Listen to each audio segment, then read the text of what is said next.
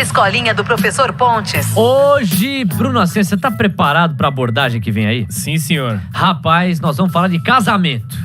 E aí está aqui a pessoa que mais entende de casamento neste prédio aqui, neste quadrilátero do Itaim, aqui perto da Faria Lima. Senhoras e senhores, Pedro Lafraie está aqui. Vamos aplaudir, são aplausos de muito amor aqui pra gente falar de casamento. Pronto, já tá aqui o Pedro. Tudo bem, Pedro? Bem-vindo, bom dia. Tudo bem, Léo. Que dia, hein? Que dia. Não vou nem abrir a Avenue aqui pra não entrar em desespero. Pra quem tá comprado é um dia difícil hoje, os ativos estão recuando. Agora, Pedro, a gente tem que lembrar que quando o assunto é casamento, existem duas dimensões para dizer o mínimo. Uma é a dimensão, claro, da afetuosidade, do amor, do companheirismo. E tem também a parte de um contrato social. Muita gente ou não se informa ou nem sabe dessa dimensão, pouco passa por ela. E neste clima nupcial que nós estamos colocando no programa, vamos falar das 1001 possibilidades que um casamento pode trazer. Então você que está aí do outro lado, é o Divã do Expresso da Manhã. A partir de agora, terapia de casais. Ligue para a sua esposa, para o seu marido, para o seu companheiro, para a sua companheira e vamos entender. Porque, Pedro, de saída, quando a gente fala em casamento, existem alguns regimes que são definidos pelo Código Civil. Por exemplo, a comunhão parcial de bens, no regime legal. Quais outros tem? Esse é o mais tradicional, né? Aquele que não precisa de pacto antinupcial, né? Que é o mais comum aí na sociedade. Sim. A gente tem também comunhão universal de bens, ou seja, aquilo que você tinha antes e depois da constituição do matrimônio é dos dois. Separação total, o que é seu, o que é meu e acabou. Separação obrigatória, né? Aí a lei exige para maiores de 70 anos ou menores de 18. Aquele garotão que quer dar o golpe do baú não vai funcionar. E tem também participação final nos aquestos. Essa é muito parecida com a comunhão parcial de bens. A diferença é que a dívida contraída durante a fase matrimonial por um dos cônjuges, ela não se comunica, ela é só dela. Então, peraí, vamos repassar com calma aqui. Comunhão parcial de bens é o mais comum. Então, duas pessoas passam a viver em conjunto e aí, basicamente, tudo que passam a construir a partir daquele momento se torna dos dois em igual proporção. Perfeito. O patrimônio de um e do outro antes da junção não entra. Continua sendo de cada um individualmente. Mas tudo aquilo que se constrói a partir da união, aí sim, essa é a comunhão parcial de bens. Exato. Aí a gente tem essa separação absoluta de bens. Você faz um pacto antes da união do casal, certo? Quer dizer, exato, cada integrante vai lá e fala, olha, nós estaremos juntos, mas é na dimensão do amor, do relacionamento, da convivência, não na questão patrimonial. Tudo que eu construir mesmo ao seu lado será meu, tudo que você construir mesmo ao meu lado será seu. Simples assim. Aí a gente tem a comunhão universal de bens. Aqui a gente está falando de uma união que faz com que mesmo aquilo que antecedia o casamento seja dos dois. Perfeitamente. E aí a gente tem separação obrigatória de bens, ficou bem claro, até porque são extremos de idade, né? Menos de 18 ou mais de 70. Essa participação final nos aquestos ou nos aquestos eu não entendi bem. Imagina o seguinte, na comunhão parcial de bens, né? O marido e a mulher casaram e ele quis comprar um carro, financiou um carro, uma dívida muito custosa. Essa dívida para o bem particular dele não se comunica com o cônjuge, ela é só dela. Tá. No caso da comunhão parcial de bens, ainda que ele adquira um bem, essa dívida é dos dois. Então, numa diluição do matrimônio, essa dívida entra na conta. Tá? Então, participação final nos aquestos é uma comunhão parcial, com algumas cláusulas no contrato, vamos colocar assim, né? Para proteger aí a mulher aí do dispêndio excessivo do marido. Vou colocar dessa forma. A Cláudia Stuck tá por aqui, ela fala, pra mim casamento é um contrato de sociedade com direitos e obrigações, o que me parece uma visão bem madura do que é a união, né? A gente também fala, Bruno, de perguntas que estão chegando pelo nosso chat aí, no nosso WhatsApp especificamente, não é isso? Exatamente, já chegaram duas perguntas aqui, mal começamos a coluna, o Alexandre Saraiva já se manifestou aqui, tem interesse nesse tema. Ele pergunta o seguinte, como é que fica a situação patrimonial na chamada união estável?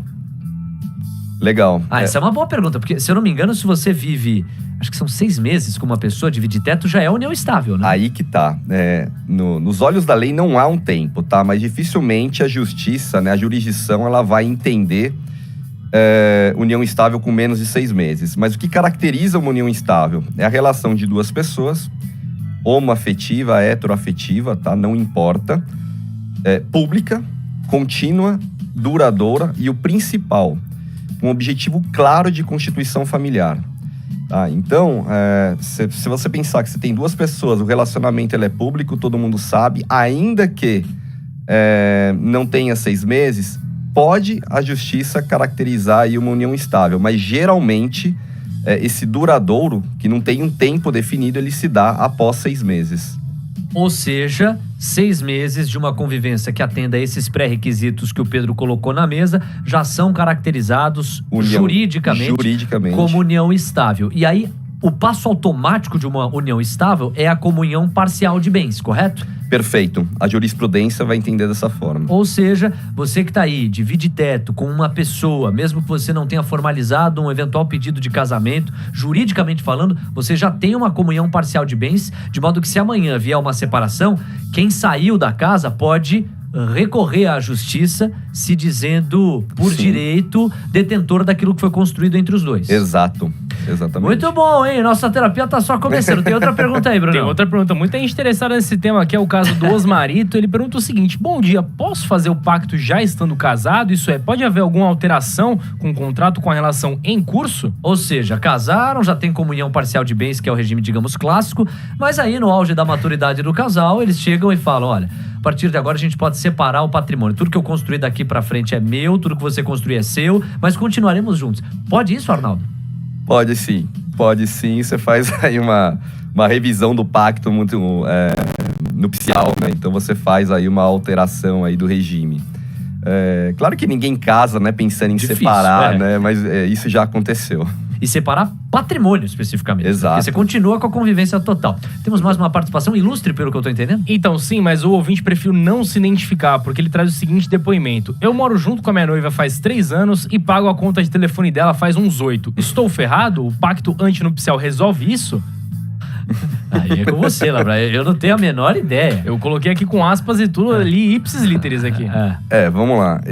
Tá parecendo, desculpa, o Altas Horas lá com a Laura Miller. Que você, olha, um amigo meu pediu pra perguntar. A tia do meu avô perguntou. Perguntou, mas eu não. Amigo do meu amigo.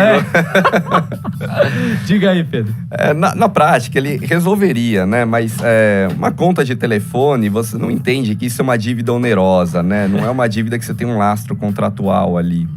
Isso é mais fácil você conversar com ela e tentar resolver de uma forma mais amigável.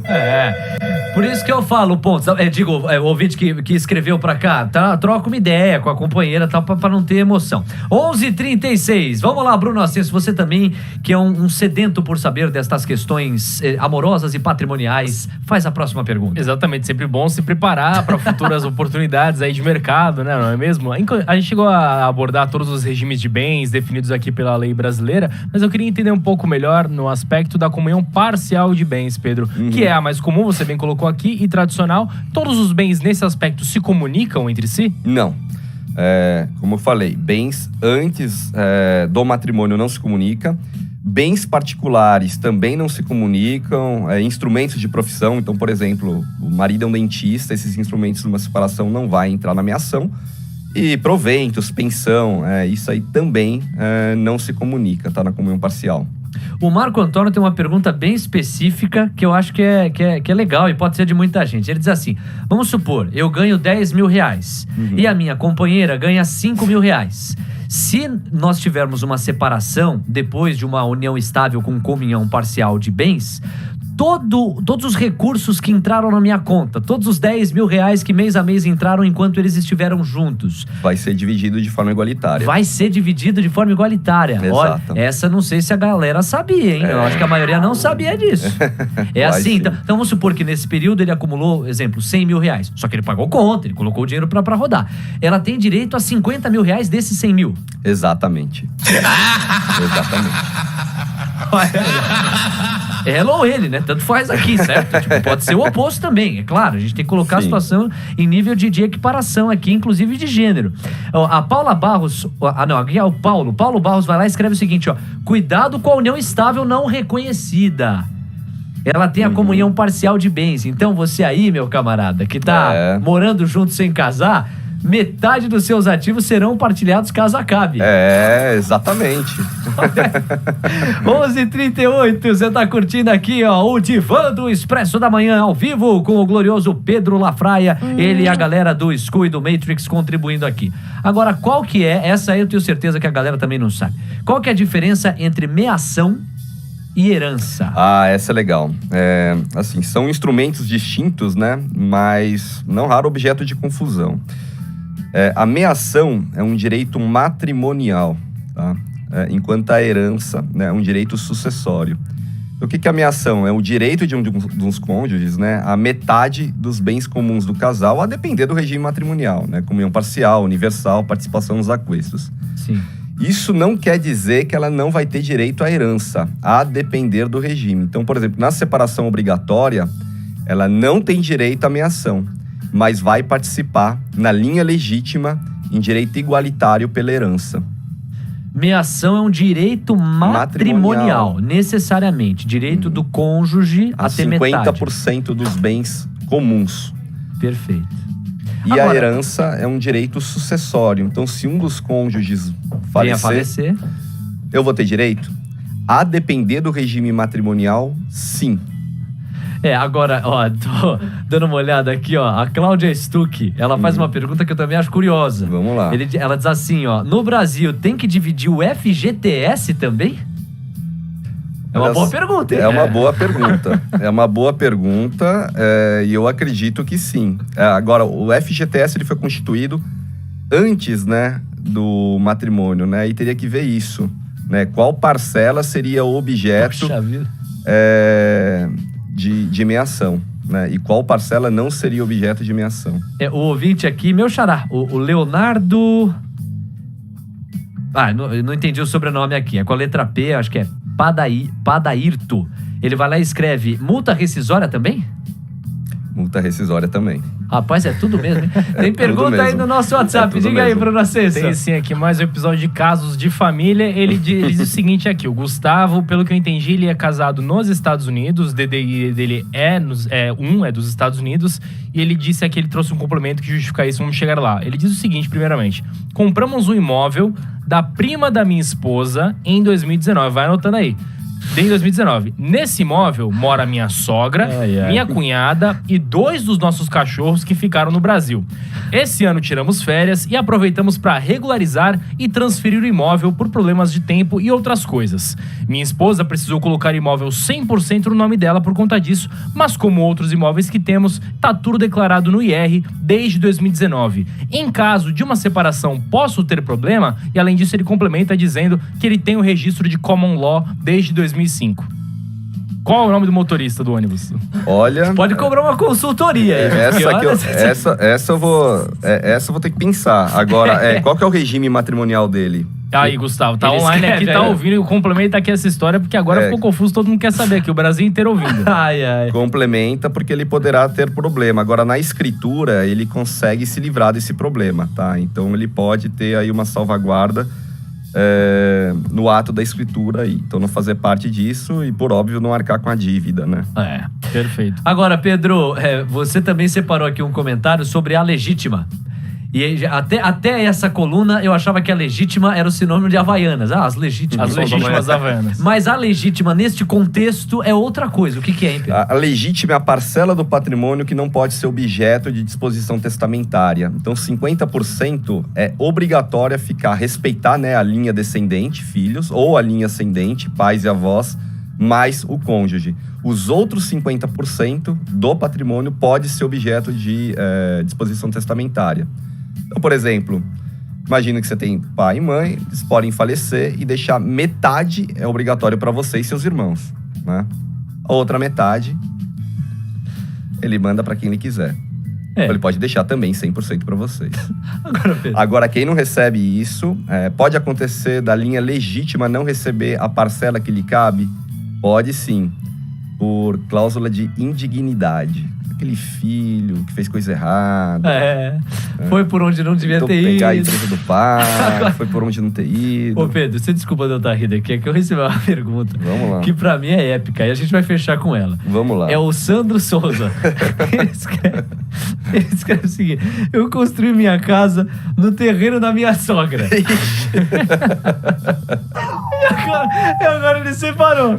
Aí ele falou que os cunhados estão na cola dele, tá aquela coisa. O que você disse pra ele? Meu Deus do céu. Vamos lá, fazer o mas quê? vamos lá. E tem que voltar. Ele construiu no terreno, ele recebeu esse terreno a título de empréstimo, doação. como é que foi Sandrão, isso? se vira aí, Bumba Meu Boi, porque agora eu não sei, ele só escreveu isso aqui.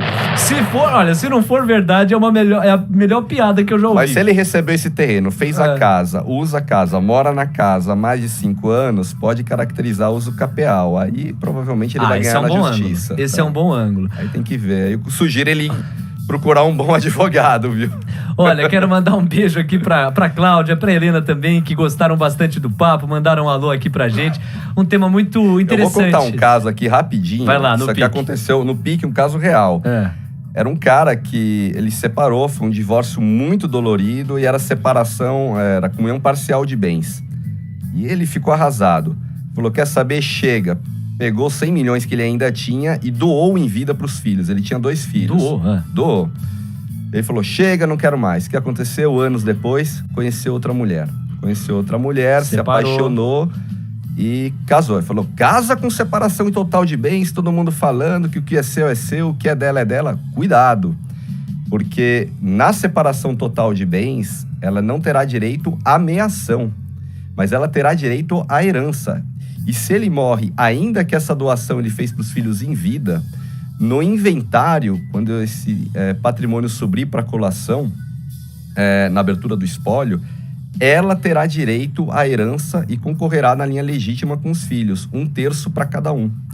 Então, o melhor nesse caso seria a comunhão universal de bens, onde ela teria 50% da meação e 0 na sucessão. 50% de nada na meação, porque ele não tem nada. É nada. E a herança? A herança ficaria com os filhos. Que case, então é importante, claro, ninguém casa pensando em separar, né? Mas é importante conhecer as nuances, né, dos regimes matrimoniais e como se dá a sucessão, né? E os seus direitos na margem da lei ali. Na boa, eu acho que quem melhor resumiu aqui em frase curta, pra mim foi a Cláudia Stu, que eu cheguei a ler no ar, eu vou fechar lendo de novo aqui. Ela coloca que, na visão dela, casamento é um contrato de sociedade com direito, obrigações e afeto. Perfeito. Você tem essas dimensões todas e elas convivem, certo? Elas estão juntas ali no mesmo tabuleiro. Tem um último comentário? Temos sim, temos alguns complementos. Tem um complemento àquela história que eu trouxe aqui do Gustavo. Ele disse que é tudo dividido entre os dois, então isso fortalece o racional. Você até tinha ido pelo racional caso fosse nessa linha. E o Gustavo Gangana passa por aqui, cada vez mais a gente vai puxando a capivara dele inteira aqui. Agora a gente descobriu que ele é advogado desde 1998 e disse que crava. O cônjuge, inclusive, que palavra horrível, com perdão a língua portuguesa, cônjuge sobrevivente sempre será herdeiro, salvo indignidade. O Código Civil de 2002 elevou o cônjuge à categoria de herdeiros, independentemente do regime matrimonial de bens do casal. E aí, em linha, parece que eles se comunicam. Aqui o Lucas Reuter pergunta, como é que eu alego indignidade? Não sei se eles estão comunicando Dobradinha. aqui. Dobradinha, exato. Mas há muitas dúvidas surgindo por aqui. Muito legal quando acontece isso. Obrigado pela participação de todo mundo. É um tema polêmico. E muito bom, porque ele não é discutido. E por isso ele é polêmico, porque isso não vem pra mesa, não tá na pauta. E sem dúvida que a contribuição foi muito grande aqui. Valeu, meu caro Pedro. Um abração, até uma próxima. Obrigado, pessoal. Um abraço. Valeu. 11h47.